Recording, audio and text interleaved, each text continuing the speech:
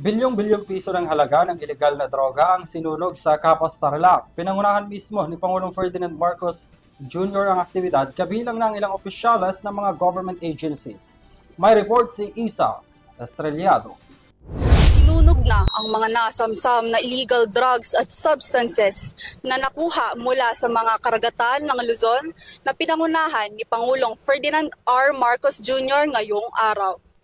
Ginawa ang incineration na ito bilang parte sa patuloy na pagsisikap ng pamahalaan na mapuksa ang illegal drug trade sa bansa. Ginanap ang pagsunog ng droga sa isang gusali ng Clean Leaf International sa Capas Tarlac kaninang mga alas 9 ng umaga.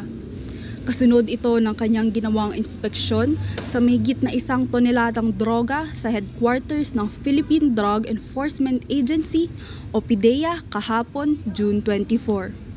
Aabot naman sa mahigit 9 bilyong piso ang halaga ng mga illegal drugs at substances na nakuha sa mga karagatan ng Zambales, Pangasinan, Ilocos Norte, Ilocos Sur at Cagayan na kasama sa mga sinunog sa Capas.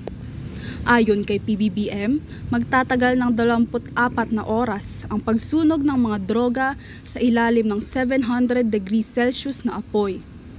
10 hanggang 12 oras naman para sa mismong incineration at 10 hanggang 12 oras rin para sa cooling process. Bago palalamigin ulit para makita kung naubos na talaga yung ating sinunog. Kapag may nakita na may traces pa, ay babalik nila, uulitin na lang nila para talagang sirang-sira. Pero palagay ko, with 700 degrees, with that long period of time, 10 hours na linuluto, palagay ko makikita natin na sira na talaga yan.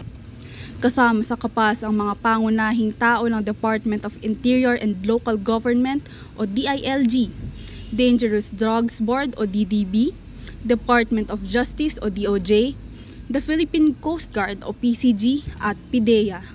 Para sa Euro TV News, ako si Isa Estrellado, sumasaludo sa bawat Pilipino.